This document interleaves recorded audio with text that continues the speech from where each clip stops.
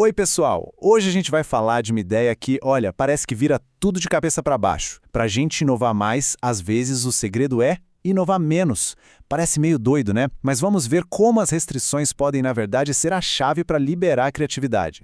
Sabe aquela ideia de que para inovar a gente precisa de mais recursos, mais tempo, mais dinheiro, mais tudo? Pois é. Mas e se o verdadeiro caminho for o contrário? E se a chave para a inovação for, na verdade, subtrair? Ser forçado a criar com quase nada nas mãos? Todo mundo já ouviu essa frase, né? Essa ideia, que é super antiga, é a base de tudo que a gente vai conversar hoje. E ela foi levada ao extremo em uma das missões espaciais mais impressionantes que já aconteceram. E é aqui que a coisa fica interessante. A gente entra no que chamam de paradoxo da inovação. A ideia de que as limitações, em vez de serem um problema, um obstáculo, podem, na verdade, ser um empurrãozinho que força a gente a encontrar soluções geniais e super focadas. E para a gente entender isso na prática, tem um caso que é, nossa, espetacular. A missão Stardust da NASA.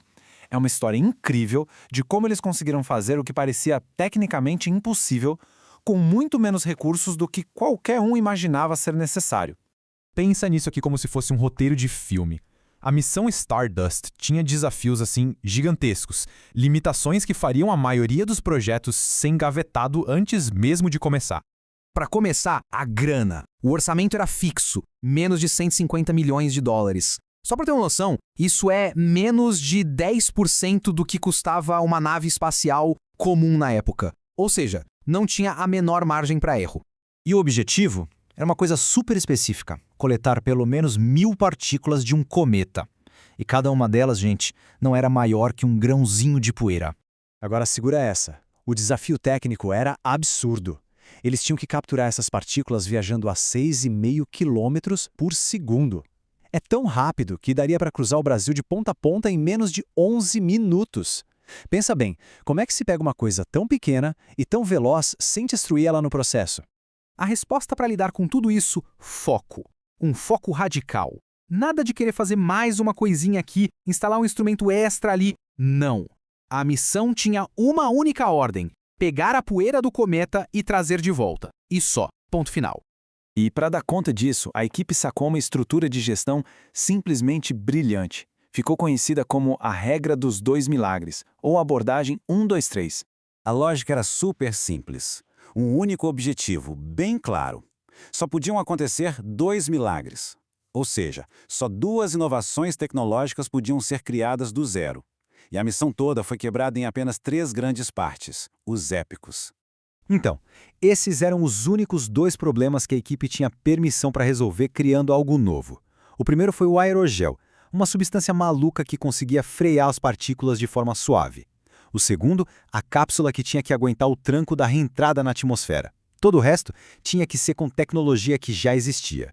E os 3 épicos funcionaram como um guia, para ninguém se perder no caminho, chegar ao cometa, capturar as partículas e voltar para casa. Simples assim. Esse foco absoluto foi o que fez a mágica acontecer dentro do prazo e do orçamento apertadíssimo. Tá, mas se só 2 coisas eram novas, de onde veio o resto da nave? E aqui vem a parte mais legal. Ao invés de construir do zero, eles inovaram reutilizando. A Stardust, na verdade, não era uma nave original. A nave era um verdadeiro Frankenstein do bem, montada com peças que já tinham sido testadas e aprovadas em outras missões. O rádio era da missão Mars Surveyor, o computador, da Mars Pathfinder, e a câmera era uma relíquia da lendária Voyager de 1977.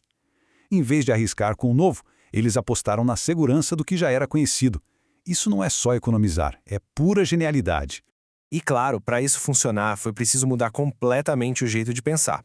Em vez daquela revisão tradicional, cheia de requisitos técnicos, a equipe fazia uma revisão de capacidades. A pergunta não era mais: essa peça atende à especificação X, mas sim: essa peça ajuda a gente a resolver o nosso problema, que é coletar as partículas?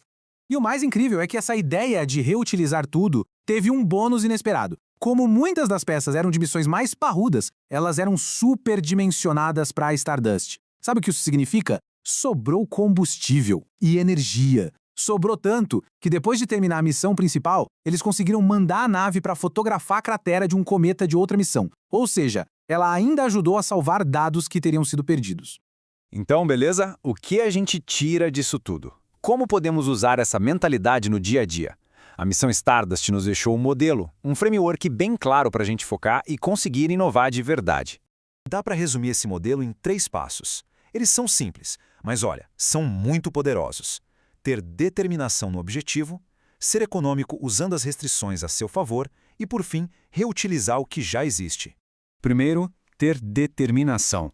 Isso nada mais é do que aplicar aquela regrinha 1, 2, 3 da Stardust. Um objetivo principal, e só um.